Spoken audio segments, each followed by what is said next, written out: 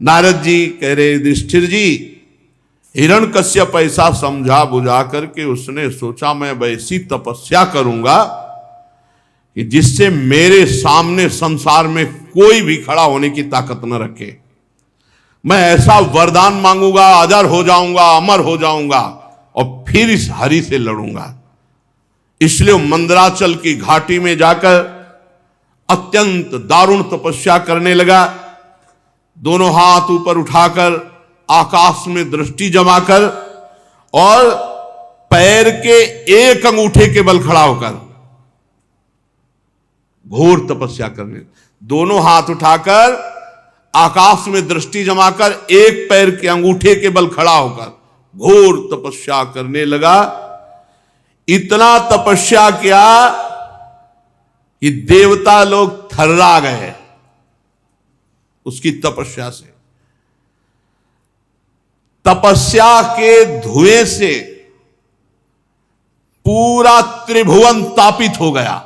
ऐसा हिरण्यकश्यप, नीचे ऊपर सब लोगों में हाहाकार मच गया। इतनी भारी तपस्या की।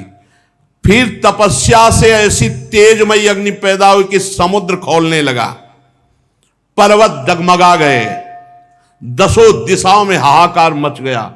इतनी भारी तपस्या। हिरण्यकश्यप की तपोमयी आग कोई भी लोक ऐसा नहीं जहां जलन न पैदा कर दी। घबरा करके भगवान ब्रह्मा जी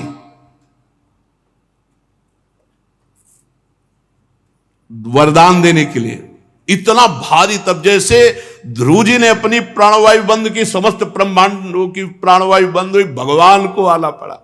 ऐसे ब्रह्मा जी, भगवान ब्रह्मा जी वहां गए तो हिरण्यकश्यप दिखाई नहीं दिया। बांबी बन गई थी रज की और उसमें घास जग गई थी। हिरण्यकश्यप वहां कहीं नहीं। जैसे मोबाइल में टावर नहीं पकड़ा, है तो यहीं कहीं। ऐसे ब्रह्मा जी को लगा कि है तो यहीं कहीं। कमंडल से जल लिया, डाला,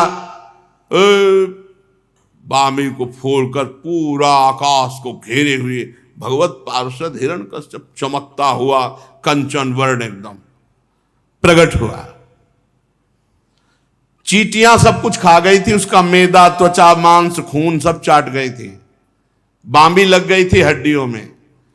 ब्रह्मा जी ने जे ही अपना तपो में जल छिड़का, कहा बेटा हिरण्यकश्यप उठो उठो, कश्यप नंदन तुम्हारी तपस्या सिद्ध हुई, वरदान मांगो। अद्भुत तपस्या, तुम्हारे प्राण केवल हड्डियों में टिके रहे। ऐसी कठिन तपस्या नई तत्पूर्व सयश्चक्रुर न करिष्यन्ते चापरे, ना किसी ने आज तक की है ना आगे कोई कर पाएगा। किसी ऋषि मुनि ने ऐसी तपस्या नहीं की जैसा तुमने किया। देवताओं के 100 वर्ष बिना पानी पिए अंगूठे के बल खड़े रहकर हाथ उठा, देवताओं के 100 वर्ष। बेटा हिरण्यकश्यप, तुम्हारा काम बड़े बड़े धीर पुरुष भी नहीं कर सकते। तपोनिष्ठ, जो चाहो वरदान मांग लो, मैं प्रसन्न हूं। मेरा दर्शन तुम्हारी कामनाओं की पूर्ति के लिए है। ब्रह्मा जी जब ऐसा कहा, महाबलशाली, चमत्कार, तेजमय हंस पर खड़े हुए ब्रह्मा जी कहा अंजलि बांधकर, भगवान आप मुझे वरदान देने के लिए आए हैं, तो आप पूरे त्रिभुवन के रचयिता हैं, इंद्रियों के स्वामी हैं, आप ही सब यज्ञ स्वरूप है।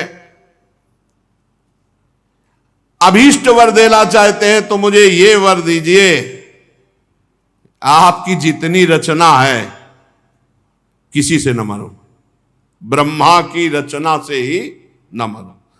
प्राणी से, चाहे प्राणी हो, मनुष्य हो, पशु हो, देवता हो, दैत्य हो, अस्त्र हो, शस्त्र हो, नाग आदि, किसी से मेरी मृत्यु न हो, ब्रह्मा के रचे हुए किसी भी।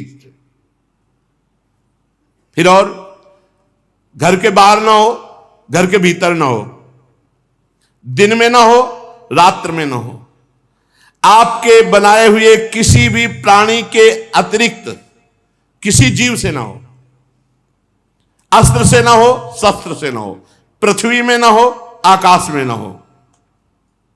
ऐसा वरदान मांग रहे, मतलब मृत्यु नहीं हो सकती, ब्रह्मा के बनाए हुए किसी प्राणी, पदार्थ, वस्तु, व्यक्ति, स्थान से नहीं हो सकती, घर के बाहर नहीं हो सकती, घर के भीतर नहीं हो सकती, आकाश में नहीं हो सकती, पृथ्वी में नहीं हो सकती, दिन में नहीं हो सकती, रात्रि में नहीं हो सकती, जीव से नहीं हो सकती, निर्जीव से नहीं हो सकती। मैं समस्त प्राणियों का एक छत्र सम्राट बन जाऊं, त्रिभुवन का, इंद्रादि लोकपाल सब मेरे से भयभीत हो, ऐसा वरदान दीजिए। कोई भी तपस्वी योगी का साप वरदान हमारे ऊपर लागू ना हो, ये सब मुझे दीजिए।